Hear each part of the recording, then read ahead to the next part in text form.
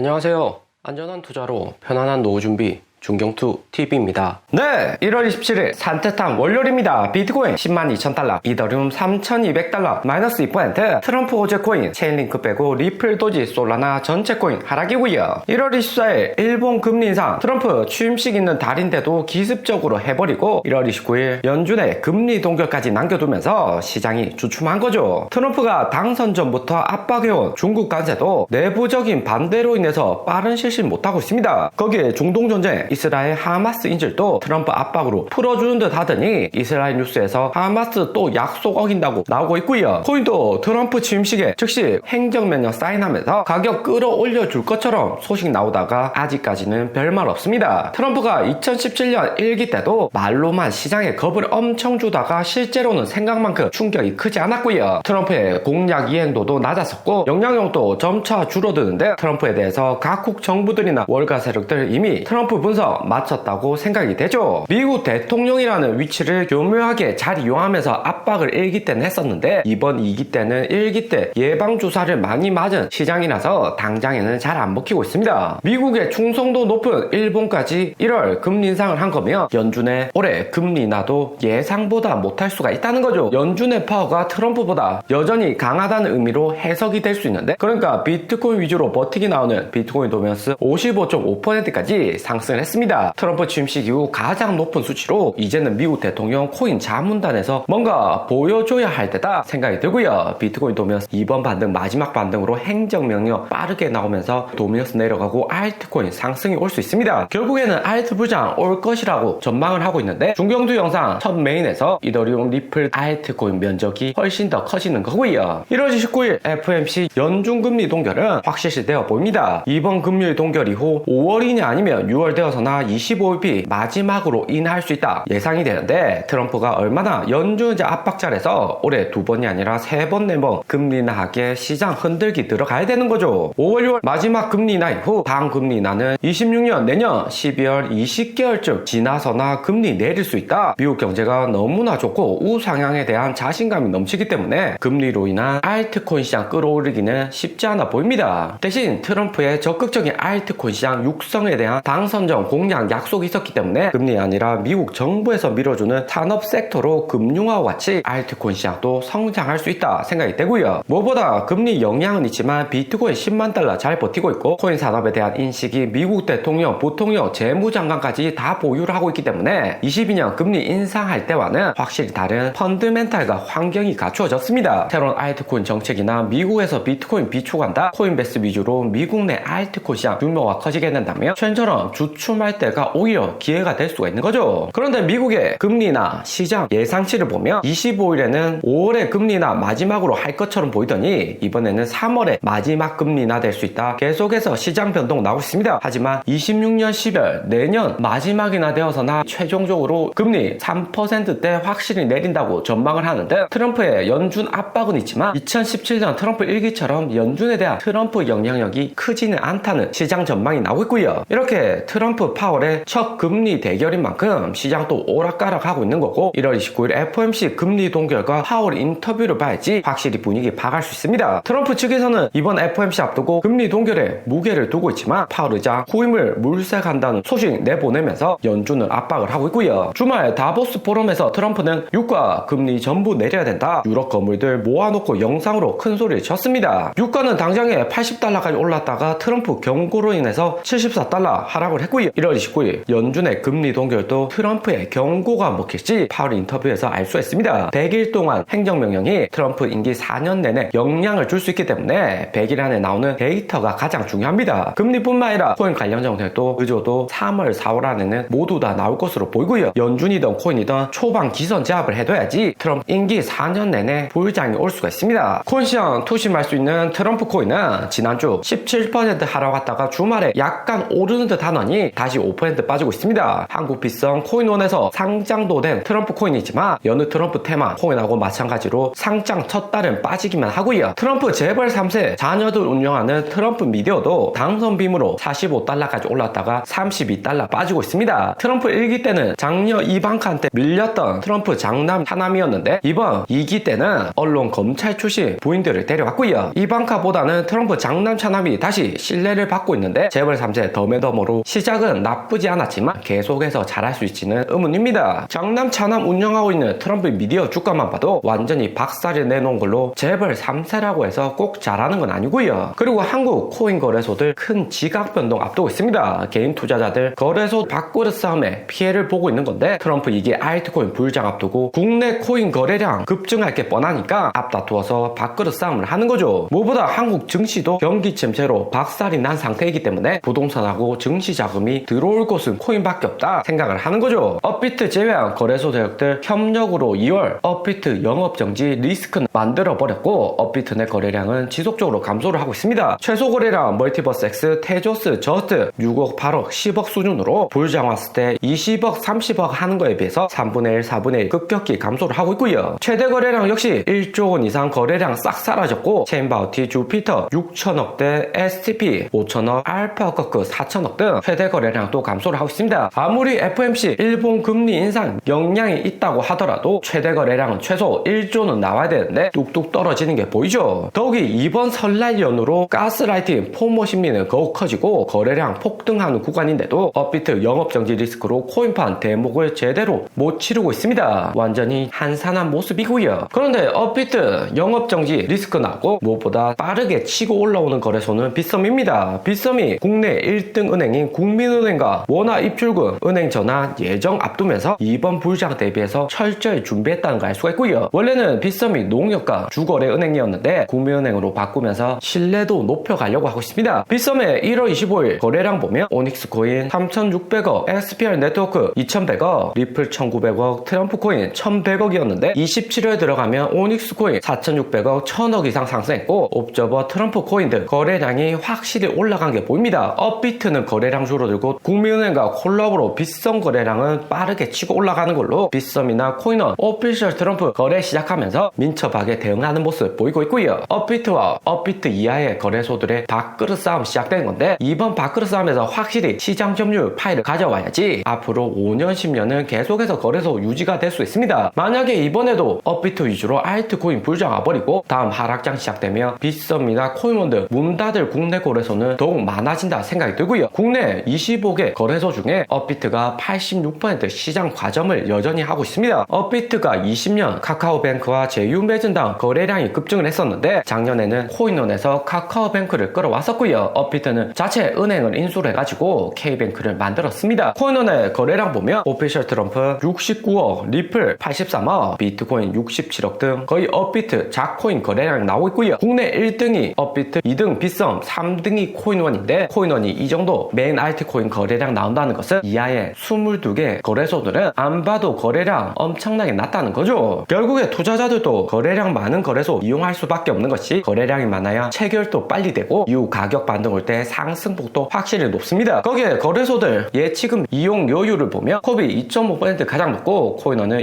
2.3%, 빗썸 2.2%, 업비트는 2.1% 순서입니다. 거래량 많은 거래소일수록 이용료율 낮게 책정을 해도 투자자들이 이용을 하기 때문에 대형 거래소일수록 유리하다는 거고요. 빗썸과 코인원 준비는 잘 해두고 있는데 이번에 업비트 영업정지 리스크가 완전히 먹힐지는 좀 더 지켜볼 필요가 있다 생각이 듭니다. 거래소들 경쟁이 더욱 치열해진다면 한국금융당국에서 거래소 줄여야 된다, 리스크 큰 거래소 정리해야 된다 이야기 날 수가 있죠. 오늘의 영상은 여기까지입니다. 좀 더 디테일한 투자 정보가 필요하신 분들은 커뮤니티로도 자료가 공유되니까 멤버십 가입과 구독 부탁드립니다. 감사합니다.